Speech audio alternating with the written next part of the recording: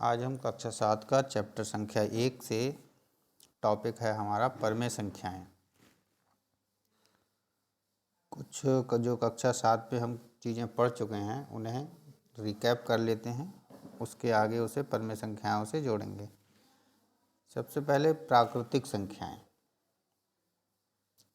प्राकृतिक संख्याएं कक्षा 6 में हम पढ़ चुके हैं, और अगर जिन बच्चों ने नहीं पढ़ा है तो प्राकृतिक संख्याओं का कक्षा 6 का वीडियो मैंने पहले डाल रखा है, आप उसे देख लें। फिर भी प्राकृतिक संख्याएं क्या होती है? जिन संख्याओं से हम गिनते हैं, किसी भी चीज़ की को गिनते हैं। जैसे उदाहरण मैंने दे रखा है कि गोदाम में अगर हम बोरियों को गिनेंगे तो कहाँ से शुरू करेंगे? 1 से। तो 1 से जो आगे की गिनतियाँ होती हैं, अंक होते हैं, ये सभी हमारे प्राकृतिक संख्याओं में आते हैं। उसके बाद इन संख्याओं को निरूपित करने में कठिनाइयाँ आईं, क्योंकि हमें जीरो का ज्ञान नहीं था। जब भारतीयों द्वारा जीरो का ज्ञान दिया गया तब प्राकृतिक संख्याओं में हमने एक संख्या और जोड़ दी, ज़ीरो, और जीरो को मिलाकर फिर सारी संख्याएं हो गई 0, 1, 2, 3 और आगे तक। तो ये सभी संख्याएं हमारी कहलाईं। जीरो को अगर हम प्राकृतिक संख्याओं में जोड़ देते हैं तो हमारी संख्याएं कहलाती हैं पूर्ण संख्याएं।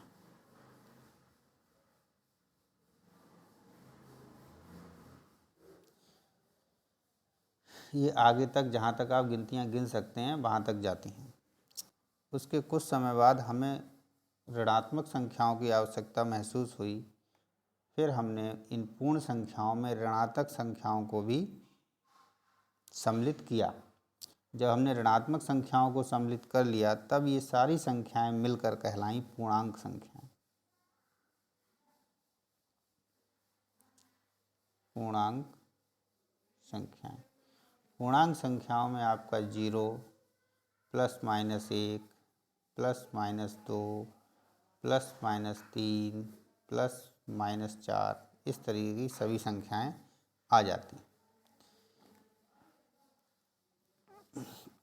तो हम देख रहे हैं कि प्राकृतिक संख्याएं 1 से शुरू हो रही हैं, पूर्ण संख्याएं 0 से शुरू हो रही हैं, और पूर्णांक संख्याओं में प्राकृतिक संख्याएं और पूर्ण संख्याओं के साथ साथ ऋणात्मक संख्याएं भी आ जाती हैं।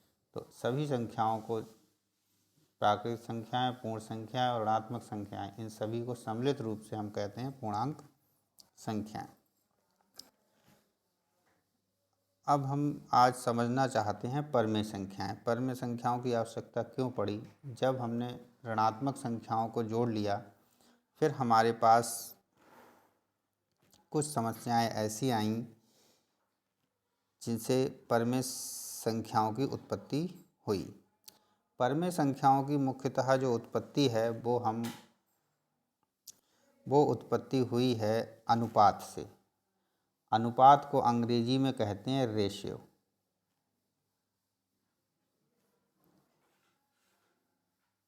अनुपात को अंग्रेजी में कहते हैं रेशियो।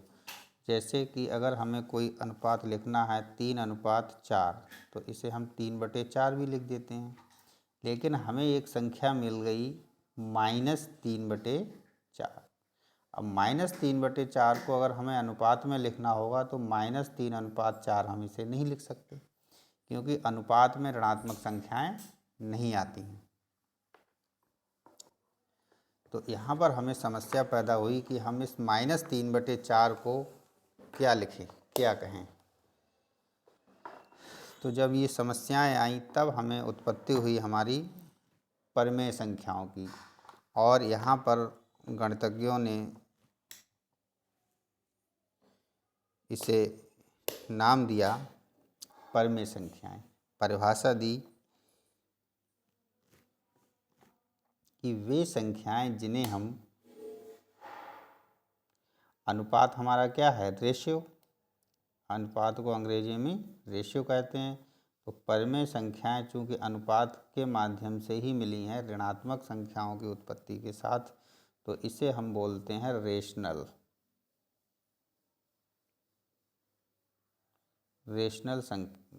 नंबर्स, परमेय संख्याएं।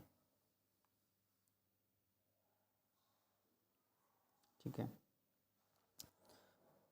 -3/4 को हम अपने संख्या पद्धति में उस समय तक सम्मिलित नहीं कर पाए थे, तो जब हम -3/4 जैसी संख्याओं को हमने संख्या पद्धति में सम्मिलित किया, तब इन संख्याओं को बोला गया परमेय संख्याएं। इसकी परिभाषा क्या होती है परमेय संख्याओं की, क्या नियम आता है देखें।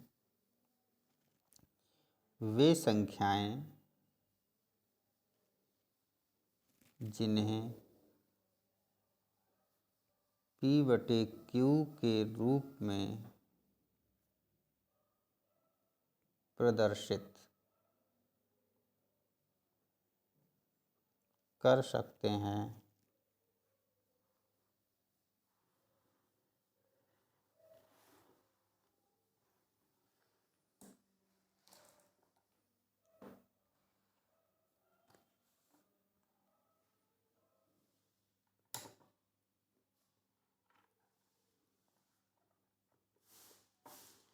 परमेय संख्याएं कहलाती हैं।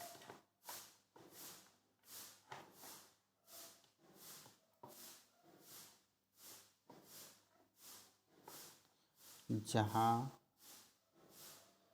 Q 0 नहीं हो सकता, यानी कि परमेय संख्याओं में जो हर का मान है वो शून्य नहीं हो सकता।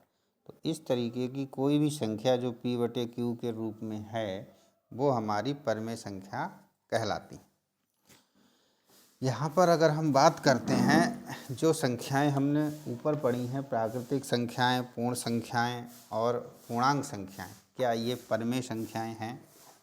तो देखिए, प्राकृतिक संख्याओं की जहाँ तक बात है, अगर हम इन पे ये जानने की कोशिश करें कि प्राकृतिक संख्याएं परमेय संख्याएं होती हैं या नहीं। देखिए, प्राकृतिक संख्याओं में 1 को हम 1/1 लिख सकते हैं। 1/1 का मान भी क्या होता है? 1 होता है। तो हम कह सकते हैं कि हमारी 1 जो है वो परमेय संख्या है। इसी तरीके से 2 को 2/1, 3 को 3/1, 4 को 4/1, यानी सारी संख्याओं के नीचे यानी हर में हम 1 लगा सकते हैं। तो इस तरीके से हमारी सभी प्राकृतिक संख्याएं परमेय संख्याएं होंगी। पूर्ण संख्याओं में सिर्फ 0 बढ़ जाता है, तो 0 को हम देखते हैं कि 0 प्राकृतिक जो 0 संख्या है, पूर्ण संख्या, वो हमारी परमेय है या नहीं। तो 0 को अगर हम कहें तो 0 को हम क्या लिख सकते हैं? 0/1, 0/1, और 0/1 का मान क्या होता है? 0, या हम 0 को लिख सकते हैं 0/2, 0/2 का मान भी 0, 0/5 लिख सकते हैं, इसका मान भी 0। यानी 0 को हम क्या लिख सकते हैं? P/Q के रूप में लिख सकते हैं, और P/Q के रूप में ये परिभाषा के अनुसार इसमें Q हमारा 0 नहीं होना चाहिए। तो 0 में जब हम P/Q के रूप में लिखते हैं तो हमारा ये जो Q है वो यहाँ पर 0 नहीं है, यानी ये परिभाषा को पूर्ण रूप से संतुष्ट करता है। अतः हम कहेंगे 0 एक हमारी परमेय संख्या है। 0 भी एक परमेय संख्या है।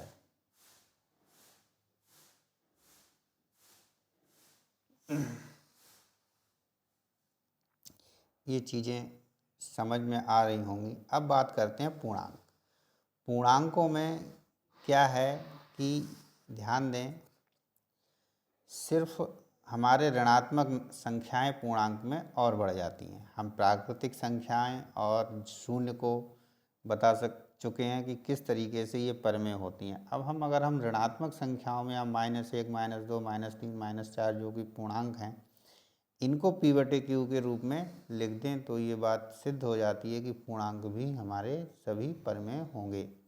देखें, ऋणात्मक संख्याओं में अगर हम -1 लें, पूर्णांकों को अगर हम देखें तो -1 को भी -1/1 लिखा सकता है, -2/1 लिखा सकता है,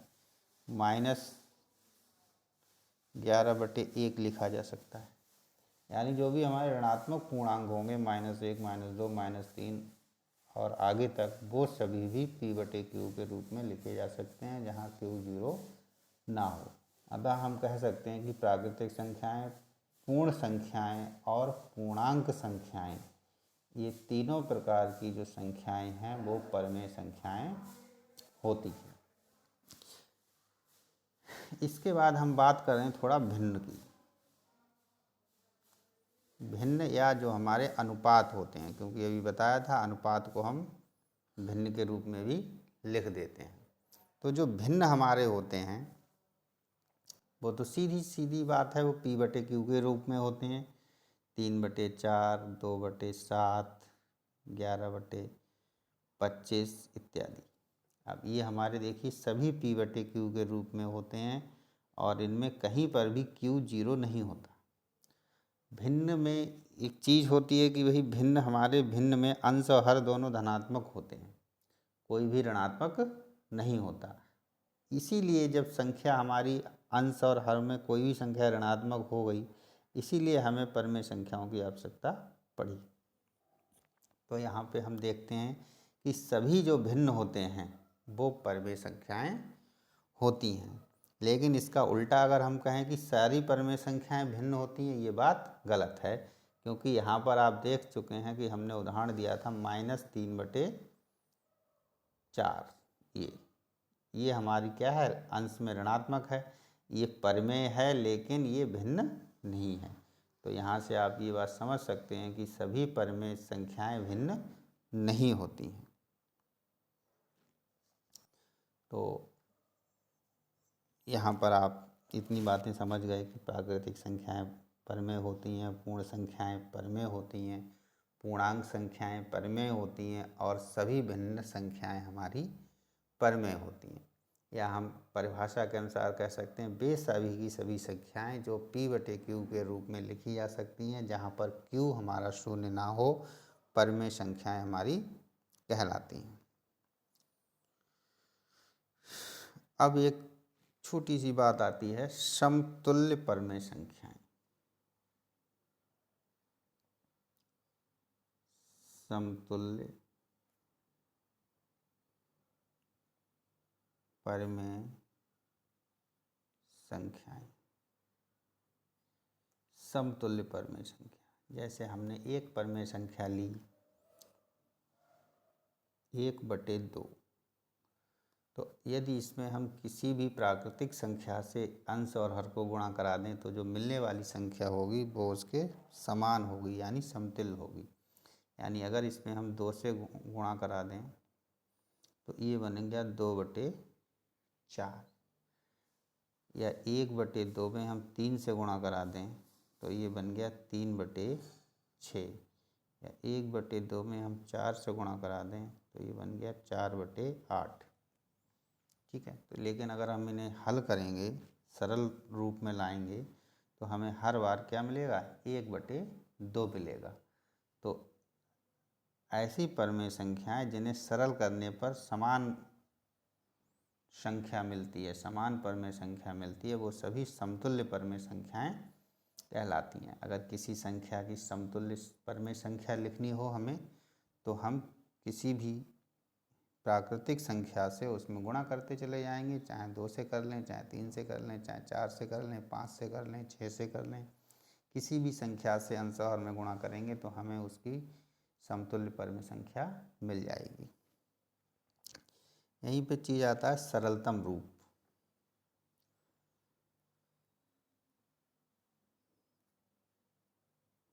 किसी भी परमेय संख्या का सरलतम रूप।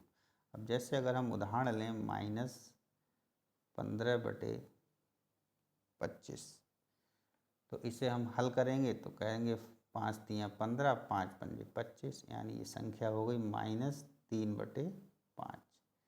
तो ये इसका सरलतम रूप हो गया। लेकिन यदि हमें परमेय संख्या कोई इस तरीके से दी है 15/-25 और इसे हमें सरल करना है तो ये हो गया 3/5। अब यहाँ पर ये ऋणात्मक चिन्ह जो है वो हर में है, तो सरल करते समय ये ध्यान रखेंगे, सरलतम रूप में जो भी ऋणात्मक चिन्ह होगा वो हमारा हर में नहीं होगा, यानी परमेय संख्या में जो q का मान होगा सरलतम रूप में हम हमेशा उसे धनात्मक देंगे। तो इस माइनस को हम यहाँ लिख लेंगे -3/5। तो हम देखते हैं कि -3/5 और 3/-5 इन दोनों का सरलतम रूप क्या आ जाता है, समान आ जाता है। ठीक है, तो सरलतम रूप में मुख्य बात यही ध्यान देने की है कि यदि हमारा हर ऋणात्मक है तो सरल करने के बाद जो ऋणात्मक चिन्ह है वो हर में नहीं होना चाहिए, अर्थात उसे हम अंश वाली संख्या में पहुंचा देंगे। तो परमेय संख्याओं में आज के लिए इतना ही रखते हैं। कुछ आपको हम प्रश्न दे देते हैं जिन्हें आपको हल करना होंगे। हाँ बच्चों, देखिए आपके लिए हमने प्रश्न दिए हैं। ये जो आपकी बुक है कक्षा 7 की, उसी की से प्रश्न हैं। तो सबसे पहले यहाँ पर ये दिया हुआ प्रयास कीजिए, इसमें आपको निम्नांकित परमेय संख्याओं को सरलतम रूप में लिखिए। तो इसे आपको इसका सरलतम रूप में लिखना है, जो सरलतम रूप आपको बताया गया उसी के अनुसार। उसके आगे ये आपकी अभ्यास आ जाती है। ठीक है, ये आपको वीडियो को रोक के ये आपको एक्सरसाइज इसकी करनी है, और समस्या आती है तो आप मुझे बताएं, मैं आपको इसका सॉल्यूशन भी, इसको हल करके भी वीडियो बना के दे दूँगा। इसके आगे आपका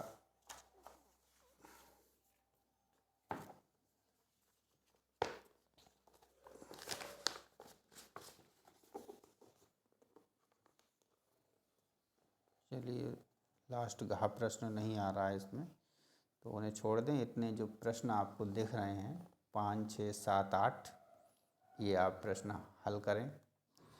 वीडियो रोक के आप इन्हें नोट कर सकते हैं। इसी तरीके से क्वेश्चन नंबर 9 और 10 साफ साफ दिख रहे हैं आपको, इन्हें आप वीडियो रोक के देख के हल कर सकते हैं। मैं इसका सॉल्यूशन आपको अगली वीडियो में दे दूंगा, फिर आप चेक कर लें। ठीक है, आज के लिए इतना ही। धन्यवाद।